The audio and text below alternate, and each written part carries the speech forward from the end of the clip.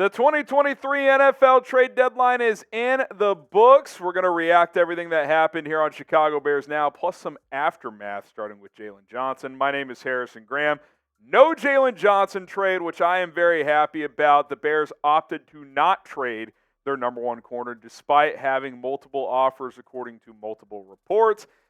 Lots of stuff to dive into. Let's start with Jordan Schultz, who's now with Bleacher Report. He said this shortly after the trade deadline. He tweeted out both the Buffalo Bills and the Pittsburgh Steelers made, quote, strong pushes for Jaylon Johnson, but the Bears in the end opted to keep him. Now, obviously, if you missed any of the news from earlier, Jaylon Johnson late last night requested a trade from the Chicago Bears, as both parties apparently are far apart on a contract number, and Bears allowed him to seek a trade, and they either didn't get an offer that they wanted, and more context on that, or maybe Jaylon Johnson didn't find the contract out there that he was looking for a team that is willing to trade for him. It's hard to know. For me, in the short term, I'm happy about this. What could this look like in a couple of months? I'm not sure, but to me, if you're trading for Montez Sweat, which we'll talk about a little bit later in this episode as well, why then flip Jaylon Johnson? Like, keep the other premier player. Like, Jaylon Johnson and Montez Sweat are two nice pieces to have on this defense moving forward. So I'm glad they didn't trade him. Steelers and Bills made pushes. Sounds like the Eagles, 49ers, and some others were interested as well. But in the end, Ryan Poles opted to not trade Jaylon Johnson. So what do you guys think? Be real with me. Are you happy the Bears didn't trade Jaylon Johnson? Type H if you're happy. That's where I'm at. I'm happy. It buys yourself time to try and figure this out. Type M if you're mad. Maybe you're upset. You're like, oh, he's going to walk for free in free agency, although they could franchise tag him, still have time to get an extension, etc. H for happy, M for mad. Let me know in the comment section below. Hit that subscribe button while you're down there. That subscribe button is 100% free. Keeps you in the know with the latest and greatest Chicago Bears news and rumors coverage on a daily basis. We have you covered with tons of content here on this channel. We go live usually every Monday, Thursday, and game day. Today, it's Tuesday. We went live for the NFL trade deadline, so don't miss out on any future shows. We'll have a couple of episodes tomorrow, back live on Thursday. If you want free coverage on the Chicago Bears, we are the channel for you. All right, some more from a different NFL insider, Josina Anderson, saying that on Jaylon Johnson, a trade to send the Bears cornerback is not getting done today. This is right at the end of the deadline. And I'm told that Johnson does not plan to engage in contract extension talks for the rest of the season.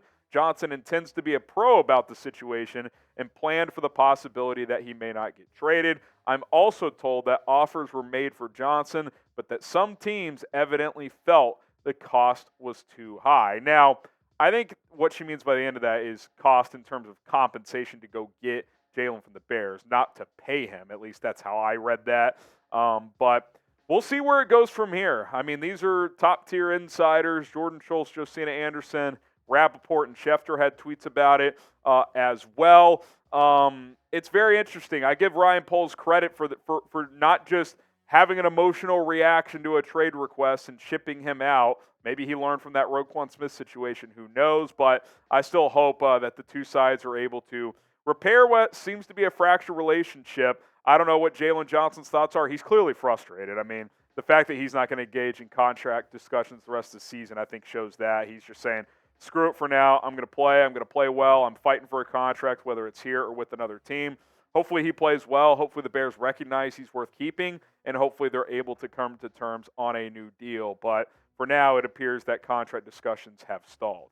Charles Robinson of Yahoo Sports, another NFL insider, said, you weren't getting Jaylon Johnson from the Bears today for less than a second-round pick. There are people on staff there that want to find a way to figure this out and think they still might be able to do it by the offseason. And that's why I'm glad they didn't make a panic move and trade him. It is Halloween. There is over half of this season to go. There's multiple months before free agency. You have the franchise tag at your disposal. Don't trade a really good player just for the sake of trading him, because at this exact moment you can't figure out a contract with the guy. Let's see how this plays out. Jaylon Johnson, coming into today, for my money, is the second best player on this roster behind DJ Moore. Now, could you say Montez Sweat's a better player at a slightly more important position? Yeah, you could say that. But either way, he's one of the best players on your roster. He's 24 years old. I keep making that point. He is young. He is ascending. This is a guy that you need to find a way to keep long term. And now, by at least not making a deal today, a trade today, you're able to explore that further. Now, we'll see what the contract stuff turns into. If Josina's report is accurate, it doesn't sound like an extension will happen between now and Week 18. Maybe it gets revisited in the offseason. But you do wonder if a guy like Jaylon Johnson looks at Ryan Poles in a different light and is like, you didn't pay Roquan Smith. You're not paying me. Why would I trust a word that you say? So it's hard to know for sure, but you just hope it's one of those situations where time heals all wounds type of things, because Jaylon Johnson, to me, is a player that you want to keep. I don't know where you pencil him in terms of the highest paid corners. I understand if he wants that $18 million range. He's probably not a $20 million corner, but maybe he's asking for that. I don't know. I don't know what's true. I don't know what's not. I don't know what's going to get leaked. We'll react to all of it here on this channel, obviously, but I do know this. If you trade Jaylon Johnson, you have a problem. You don't have a number one corner right now. I like Tyreek Stevenson's skill set. I'm not ready to make him my cornerback one. I like Kyler Gordon, in the nickel. I'm not ready for him to maybe have to be your top corner. Jaylon Johnson is that guy. He's still very young. I think you just got to swallow the pride a little bit if you're Ryan Poles. And, if you feel like you're overpaying slightly, go ahead and do it. You've got over $100 million in projected cap next year. Pay Montez Sweat. Pay Jaylon Johnson. Maybe go get another defensive lineman in free agency. Load up on the offensive line. Get to drafting it, and let's go. I mean, that's what you need here if you are the Chicago Bears. So that's where I'm at with that situation. I'm glad Jaylon didn't get dealt today. We'll obviously see where it goes from here. Prize Picks, the best daily fantasy sports game on the planet, because, listen, your boy's been cashing in recently, and you can too, and it's very simple to play. You pick 2 to 6 players on any given entries. It can be within the same sport, it can be within the same game, it can be cross sports, doesn't matter. NFL, college football, NBA, NHL, college basketball soon when it's back. 2 to 6 players on any entry, and you can win up to 25 times your money, and all you do is guess if they're going to go for more or less than their stat projections. That's it. For example, if someone's projected to go for 70.5 yards, you take the more than 70.5 or less than 70.5. More than half a touchdown, less than half a touchdown. It's very easy. You parlay it 2 to 6 players, and if they will go for more or less. And again, the more players you put in an entry, the more money you can win. I like 3-player entries. You win 5 times your money. It's still decent chance to hit on those. And I like the 5X there, so 10 to win 50 on some of those given entries. So get started today with Prize Picks, prizepicks.com/CLNS. Use our code CLNS. That code's going to get you up to $100 deposit match when you sign up. That link and promo code in the comments and description of this video. Okay, let's talk about the Montez Sweat trade a little bit more.